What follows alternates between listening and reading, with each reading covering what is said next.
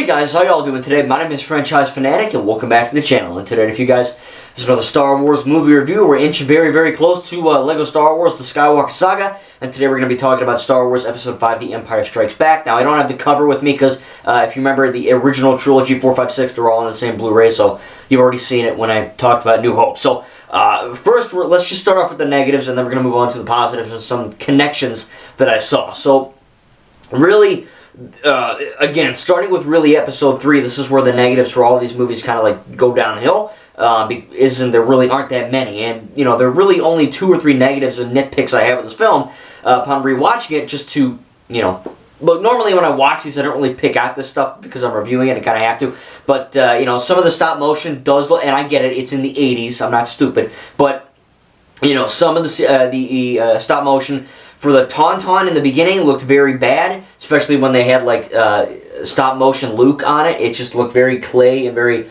how stop motion looks. It's very rigid and kind of like that.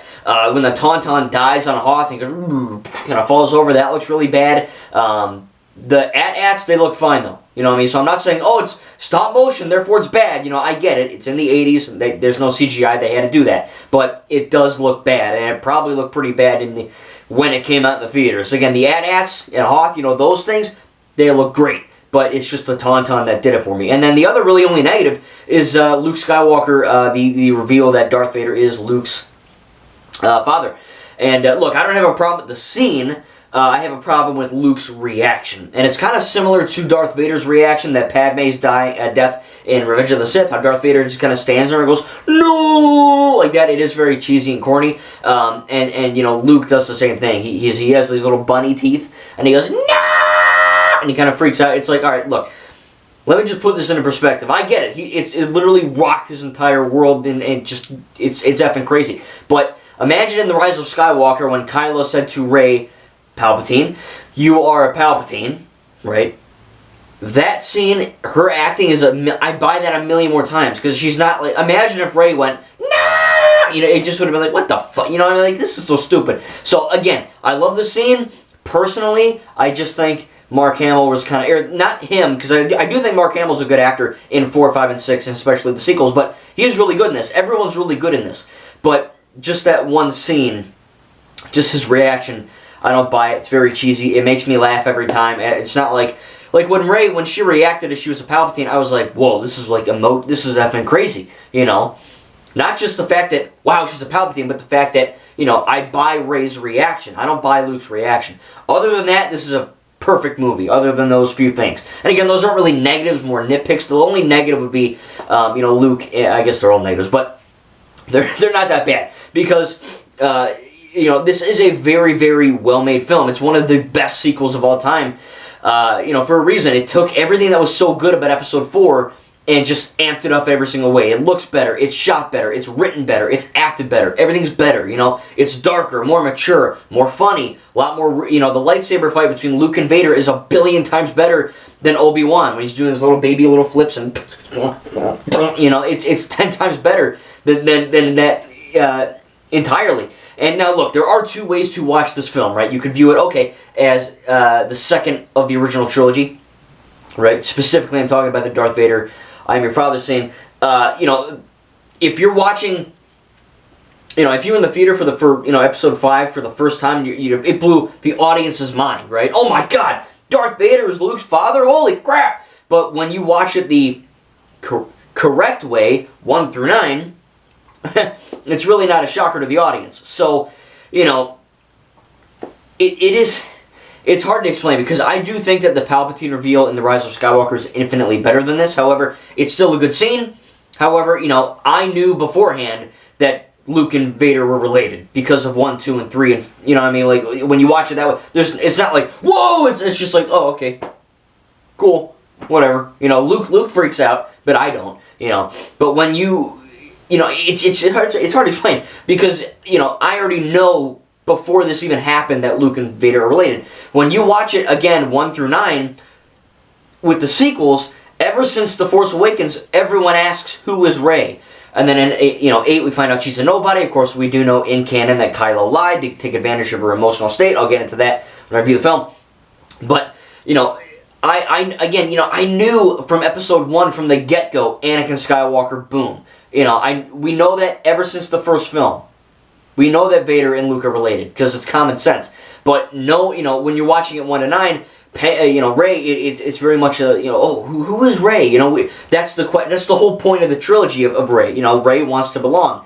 And she, you know, eventually does find out that she belongs. She's a Rey Skywalker, but you know, the whole Palpatine thing with Rey is I think infinitely better. Again, like I said, there's a way. Okay, let's watch it in the originals first, and then there's the prequels first. So again, I'm watching it 1 through 9. So to me, it's not that big of a deal. It is a well produced and well made scene. But again, it's not a shocker to me when you watch it the correct way. Again, you know, you can watch it whatever order you want, but you know, it's supposed to go 1 to 9. That's the point. But you know, my only issue is Luke going, nah! You know, but other than that, this film, I mean, the stop motion for the most part looks good. I think that the Battle of Hoth is really cool. Some really awesome connections too when you watch Solo, a Star Wars story. You know, when they say, hey Han, it's like, wait a minute.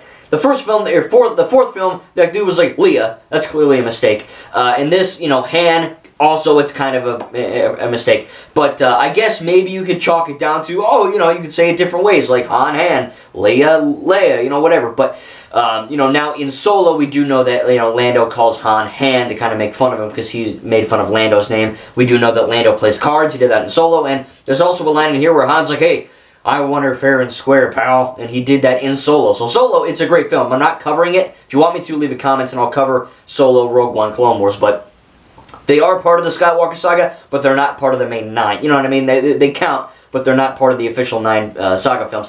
But that was really cool to see. Also, L3, we do know that she is in the Falcon. So, you know, come on, baby. Kind of talking to the Lando when he likes the droid. And I do think, you know, that's pretty cool. But the lightsaber fight is awesome. Bespin is awesome. I can't wait to explore all these planets in the Skywalker Saga, the game.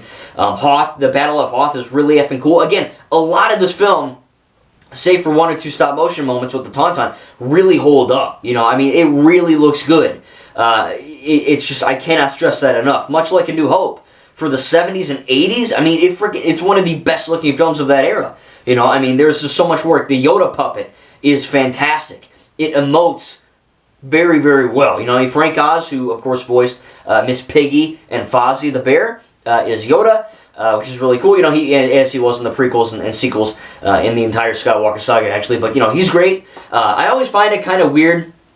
It's just another testament to you know, George and I guess Irvin Kershner or however you say that guy who directed the film. Because, you know, when you watch the prequels, Yoda is very stoic. He's like the Jedi Order. You know, he's got a lightsaber, he's fighting Dooku, and he's fighting Order 66 and the clones and whatever. You know, he's very much like not goofy. And in this film, he's intentionally goofy. And you can look at it 2 ways. One, Yoda, and this is objective. Yoda is objectively, as in, you know, you can't really, this is the point of Yoda in this film. Yoda is acting stupid and goofy and weird on purpose to literally test Luke to see, oh, do you have patience? That's the point.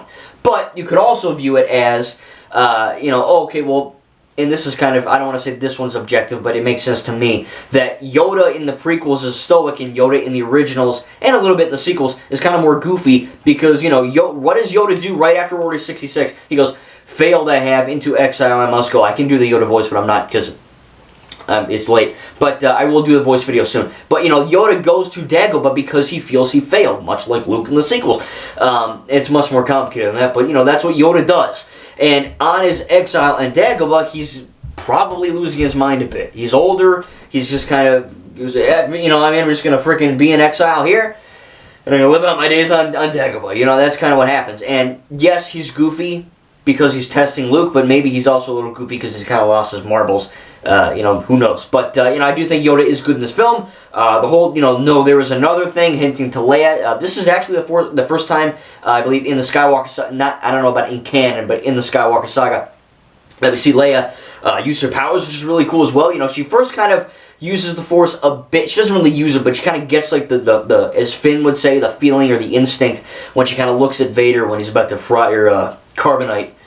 carbonize Han, and then she also uses the Force for the first time, albeit not too grand, you know, not Last Jedi, Force pulling herself in space kind of thing, but she does technically use it when, you know, Luke calls out to her on the Falcon, which is really cool. Lando's great. I think Billy D. Williams, or William December Williams, I think is his real name. You know, he is very, you know, goodness as well. This film is also very genuinely funny. I think The Rise of Skywalker might have the funniest moments, especially from C-3PO, but I think he's really funny in this too. There's a lot of really funny moments. And, you know, it's not like MCU. You know how sometimes in the MCU you're watching like a really serious moment and, you know, Drax or someone just says something really stupid and you're like, it kind of ruined the scene. None of the Star Wars films are like that to me. You know what I mean? Like, the C-3PO is never like, oh my goodness, I'm a million pieces, Otto. And it's just like, oh, that was out of place. Like, you know, everything comedy-wise in all these films work. And that's freaking crazy because this movie is a lot darker and more mature and intense and violent and action-packed than Episode 4 New Hope. And it is kind of funny that, you know, again, you could view it as the 5th film, which it is, or the 2nd film made, which it also is, to kind of, you know, kind of look at the comedy in a sense like that. But it is a very funny film at times. But it is dark. You know, it's violent. It's oppressive. It's pretty dark and, you know, mature in tone. You know, when this film ends, literally Han is in carbonite. You know, Leia and Luke. Luke just got his freaking his hand chopped off. He's all bruised and beat up, you know, from Darth Vader destroying him. Luke is also emotionally effed up from knowing that his father is one of the most evil people in the galaxy. And it just kind of ends on a kind of a somber note. And I do think that's pretty cool. Because, you know, Episode 4 ended quite literally in the complete opposite way, with them just standing very kind of weirdly like this, like toys, you know, with their little medals, and it's just, oh, it's happy they saved the day. And it's a great ending. But, you know, in this, I don't want to say this is a better ending, but it's a different ending. You know what I mean? It didn't end in a you know, ceremony, or like, you know, like 90% of Spider-Man films end in a freaking funeral. This time it doesn't end with a celebration on Yavin 4. You know, it's just a kind of a really jacked up ending. And that's what I liked about it. I think Obi-Wan Kenobi, you know, Luke kind of says, oh, Ben, why didn't you tell me? You know, why did you? And that, again, ties perfectly to the Jedi in the prequels. You know what I mean? One of their downfalls was, you know, they would go, okay, well, let's just not, you know, even in New Hope, when he's like, I don't remember owning a droid, you know, Obi-Wan is clearly lying to Luke, yes, to protect him, but he's also doing it, you know, because that's the Jedi Order, that's the way, you know, I mean, they have this really strict-ass rule of, you know, you can't love, you can't do this, you can't poop your pants, you know, they got all these rules, and, you know, it's kind of funny, but at the same time, it makes a lot of sense. Now, I want to quickly talk about Luke Skywalker, because, as I mentioned before in my last video, Luke Skywalker is my favorite character in fiction, period, and, it really is neat to see the, you know, I guess, versions or the connections between Luke in the originals and Luke in the sequels. Because a lot of people, and I'll get to it when we talk about the sequels, but keep it very brief as I can for this video. Luke in episode 4, New Hope, right? Luke is, I don't know, 1920, something like that, kind of like Anakin in episode 2. And Luke in that film, his flaw is that he's immature, right? He's kind of like, oh, you know, he's kind of naive. He's just young, you know, he doesn't really know what the F's going on. In this film, The Empire Strikes Back, Luke is not necessarily mad all the time, but he gives up too easily. You know, he literally, oh, I can't, he tries to get his X-Wing out of the swamp. You asked the impossible, I'm giving up. He literally goes in the corner of a swamp and just mopes and whines. You know, oh, I can't do it, I'm giving up. That's screw it, I'm done. You know what I mean? And then, of course, he also gets a vision of the future and sees darkness. And then he acts on that instinct wrongfully and fails. And what does he do in The Last Jedi? Oh, the same thing, you know? All you haters out there. He gets a vision of the future, of not Ben Solo, of Kylo Ren, murdering everyone. And for a split second, what does he do? He takes his lightsaber out, and literally a split second later, he regrets it. But it's too late. And in this film, it's the exact same thing. He literally cares so much about his friends in this film that he risks himself foolishly to save them, even though it doesn't really work out. In this film, same thing. Why does Luke go on exile on Ahch-To? Not because he's a baby. It's because, yes, he's afraid, but also he cares so much about his friends. He thinks, and again, I'll get to this more in the sequels, but he cares about his friends so much that he's like, all right, the only way to save them, from all my experience, is to not go and try to save them. Because every time Luke takes action, you know, besides the end of Return of the Jedi, but every time Luke takes action, for the most part, it kind of blows up in his face. And again, that coalesces in The Last Jedi. But, you know, it's a very nice touch. You know, yes, he can't lift the thing left the X-Wing. He does that The Rise of Skywalker. It's a beautiful bookend to his character arc. Same thing here. I really find it funny that all these Last Jedi haters are like, Luke wouldn't do that! He wouldn't! He would do that. That's completely in his character. Again, Episode 4, he's very naive and dumb. In this film, he gives up too easily, and he literally rushes into situations he knows he shouldn't be in. And then we'll get to what he's like in Episode 6 when I watch that in the next video. But it's a very, great thing. And, I'm not saying I love Luke because he's an effed up, horrible, weird character. I love Luke because he's human. Most hero characters in film make a mistake, they learn the lesson, and then they never make another mistake again. Either because the movie ends or the franchise ends, right? They're just perfect forever, and for the most part, and that's it. But Luke, in the originals and the sequels, is not a traditional movie character. He is presented as a real human inside of a film. Not a movie character inside of a movie, a person inside of a movie. Just because you make a mistake one time doesn't mean you're never going to make the same mistake again. Or just because you win one day doesn't mean you're always going to win forever. That's not how life works. And I think that's really how Luke is treated in these films.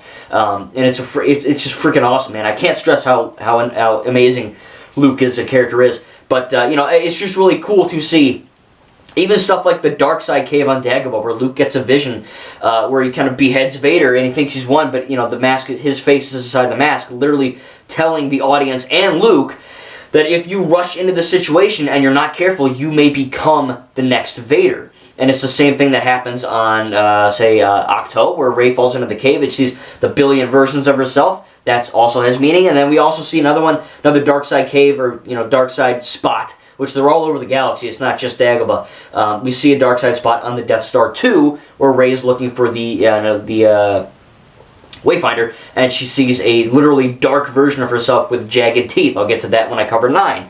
But it's another vision. That shows Rey, if you F up, you might become Empress Palpatine. And it's a very cool thing that this film set that up. But overall, man, the connections are great, the character progression is great, the writing is very good. I don't really have any issues with the lines, the acting is good, apart from Luke screaming, "No!" I think that's really bad. Again, some of the Tauntaun stop motion is a bit wonky, especially that first shot where you see, again, like I said, Luke on it. You could tell it's just like a stop motion wooden clay figure. Again, they're doing what they can, but it does look bad now, and it probably looked bad back then. But other than that, again, those are very tiny negatives. This film is amazing. It's funny, it's action-packed, it's got a lot of dread and drama, but it's also got some really fun moments. Especially the whole, Han Solo. I think Han Solo is really freaking good in this, because, in the first film, Han Solo is kind of like, yeah, I'm a cool guy, I'm Han Solo, that kind of thing. And in this film, he's painted more as, not just the cool badass. He is that, but he's really only a badass and a cool guy when he's pretending to be. There's a lot of shots where he's very vulnerable. He gets scared by ice falling down, or he's always chasing after Leia, and I think that's really cool. And of course, Leia, I love you, and he says, I know. That wasn't in the script. He just added that, and I think that says a lot about his character. He is cocky, he is overconfident, but he's also very vulnerable, and I think that's a really cool character moment. Leia's great in this as well. I think she's really funny sometimes. She's like, would it help if I got out and pushed? There's some really good banter in there, and I do think this is one of the best sequels ever made, and it's in terms of Episode 1 and the sequel is 2. This is infinitely better than Attack of the Clones. And again, I do love 1 and 2. I just have a few problems with them. But they are good films, as Star Wars films, genuinely.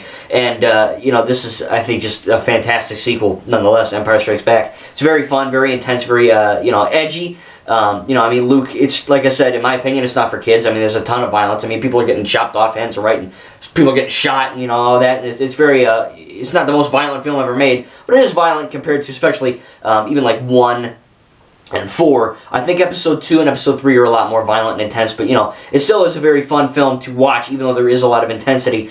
Darth Vader is cool, I still think Kylo Ren is a better villain than Darth Vader, because, to be honest, Darth Vader doesn't really do a whole lot that's menacing. It just kind of looks menacing. In the sequels, we do see Kylo Ren actively murdering people, and we do see that, in Rogue One, in the comics, and the novels, and a little bit in the originals, but I don't know, that's just me. But Darth Vader is a great villain, and a very compelling character, Anakin Skywalker, and, I already know what happens, but I can't wait to cover Episode 6, Return of the Jedi. From what I remember, it's my least favorite of the originals. I don't hate it by any means. Just like 1 and 2, I don't hate any of them. But, we'll get to that when I cover it. But again, tell me in the comments down below what you think about The Empire Strikes Back. I think it's a great film. Again, a few little hitches here or there, but I'm going to give The Empire Strikes Back an A. I would give it an A+ if the stop motion looked a little better for the Tauntauns and Luke just wouldn't, just kind of cheesy and corny. Again, I always say that imagine if Rey stood there and just screamed, "No!" It would, it's the same thing. It wouldn't have worked, and it doesn't work here. But I do think that the actual reveal is great, even though we already know going in from Episode 1 that, little 9-year-old Anakin or whatever is 10, whatever, is, the father of Luke. So, it's not, when you watch it the way I'm watching it, it's not a shocker compared to Rey Palpatine, but it still is a very good scene, and it's a shocker for Luke, so that's really cool too. Anyway, hope you guys enjoyed this video. All Star Wars is good, and I cannot wait for the final film of the original trilogy. Thank you guys, and we'll see you in the next video.